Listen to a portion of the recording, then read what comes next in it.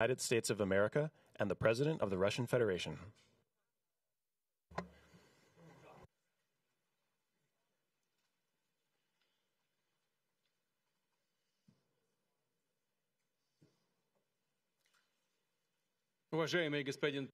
Mr. President, ladies and gentlemen, our negotiations have been held in a constructive atmosphere of mutual respect.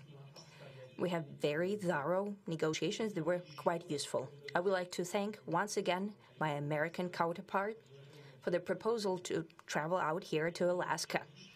It only makes sense that we've met here because our countries, though separated by the oceans, are close neighbors. So when we've met, when I came out of the plane and I've said, "Good afternoon, dear neighbor. Very good to see you. In good health and to see you alive." I think that is very neighborly. And I think that's some kind words that we can say to each other. We're separated by the Strait of Bering, though there are 2 islands only between the Russian island and the U.S. island. They're only 4 kilometers apart. We're close neighbors, and it's a fact. It's also important that Alaska has to do with our common heritage, common history between Russia and the U.S., and many positive events have to do with that territory. Still, there is tremendous cultural heritage back from the Russian America. For example, Orthodox churches and a lot of more than 700 geographical names of Russian origin. During the Second World War, it was here in Alaska that was the origin of the legendary air bridge for the supply of military aircraft and other equipment under the Lend-Lease program. It was a dangerous and treacherous route over the vast emptiness of ice. However, the pilots of both countries did everything to bring closer the victory. They risked their lives and they gave it all for the common victory. I was just in the city of Magadan in Russia, and there is a memorial there dedicated to the Russian and the U.S. pilots. And there are 2 flags, the U.S. flag and the Russian flag. And I know that here as well there is such a memorial. There is a military burial place several kilometers away from here. The Soviet pilots are buried there who died during that dangerous mission. We're thankful to the citizens and the government of the U.S. for carefully taking care of their memory. I think that's very worthy and noble.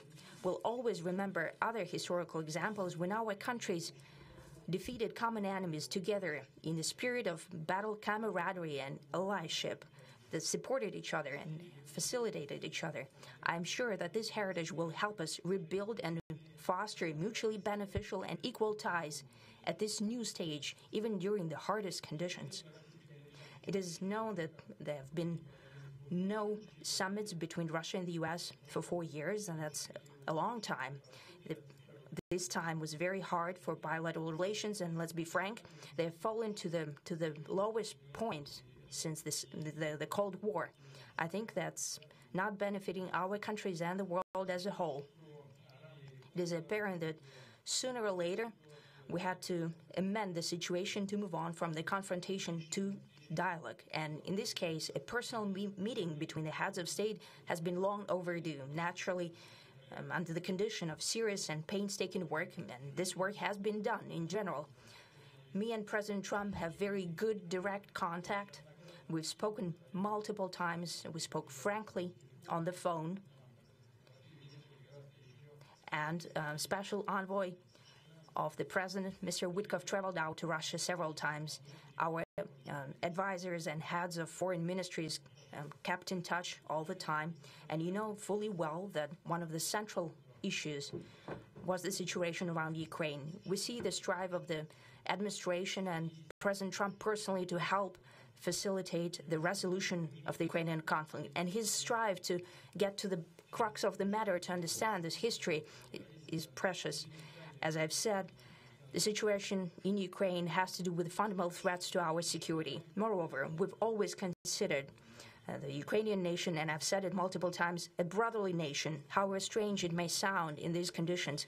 We have the same roots, and everything that's happening is a tragedy for us and terrible wound. Therefore, the country is sincerely interested in putting an end to it. At the same time, we're convinced that in order to make the settlement lasting and long-term, we need to eliminate all the primary roots, the primary causes of that conflict. And we've said it multiple times, to consider all legitimate concerns of Russia and to reinstate a just balance of security in Europe and in the world on the whole. And I agree with President Trump, as he has said today, that naturally the security of Ukraine should be ensured as well. Naturally, we are prepared to work on that. I would like to hope that the agreement that we've reached together will help us bring closer that goal and will pave the path towards peace in Ukraine. We expect that Kiev and European capitals will perceive that constructively and that they won't throw a wrench in the works. They will not make any attempts to use some backroom dealings to conduct provocations to torpedo the nascent progress. Incidentally, when the new administration came to power, bilateral trade started to grow. It's still very symbolic. Still, we have a growth of 20%. As I've said, we have a lot of dimensions for joint work. It is clear that the U.S. and Russian investment and business cooperation has tremendous potential. Russia and the U.S. can offer each other so much in trade, digital, high-tech, and in space exploration. We see that Arctic cooperation is also very possible, and our international context, for example, between the far east of Russia and the west coast of the U.S. Overall, it's very important for our countries to turn the page, to go back to cooperation. It is symbolic that not far away from here, at the border between Russia and the U.S., there is a so-called international date line. I think you can step over, literally, from yesterday into tomorrow. And I hope we'll succeed in that, in political sphere. I would like to thank President Trump for our joint work, for the well-wishing and trustworthy tone of our conversation. It's important that both sides are result-oriented, and we see that the President of the U.S. has a very clear idea of what he would like to achieve. He sincerely cares about prosperity of his nation. Still, he understands that Russia has its own national interests. I expect that today's agreements will be the starting point, not only for the solution of the Ukrainian issue, but also will help us bring back business-like and pragmatic relations between Russia and the U.S. And in the end, I would like to add one more thing.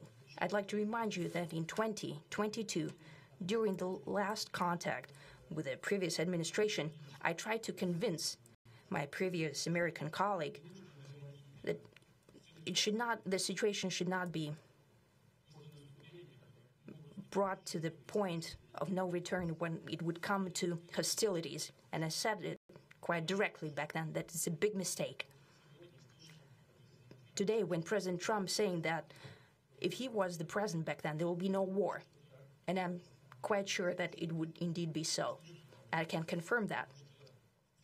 I think that overall, me and President Trump have built a very good, business-like, and trustworthy contact. And I have every reason to believe that moving down this path, we can come, and the sooner the better, to the end of the conflict in Ukraine. Thank you. Thank you.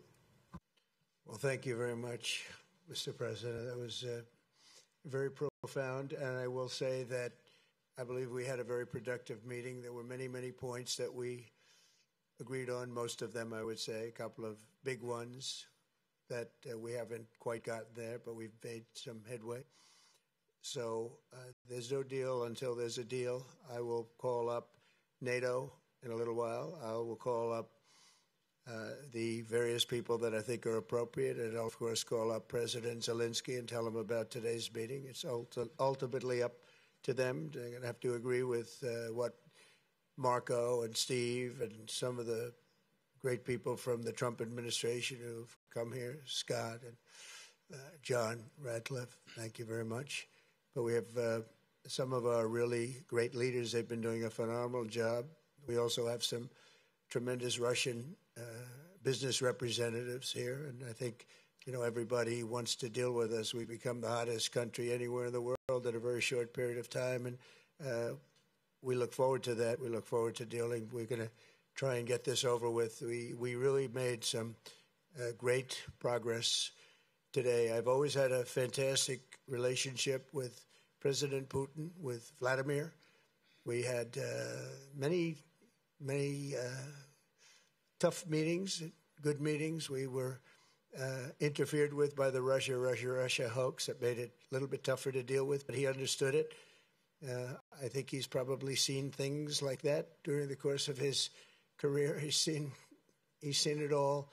But we had to put up with the Russia hoax. He knew it was a hoax, and I knew it was a hoax. But what was done was very criminal. But it made it harder for us to deal as a country in terms of the business and all of the things that we'd like to have dealt with. But we'll have a good chance when this is over.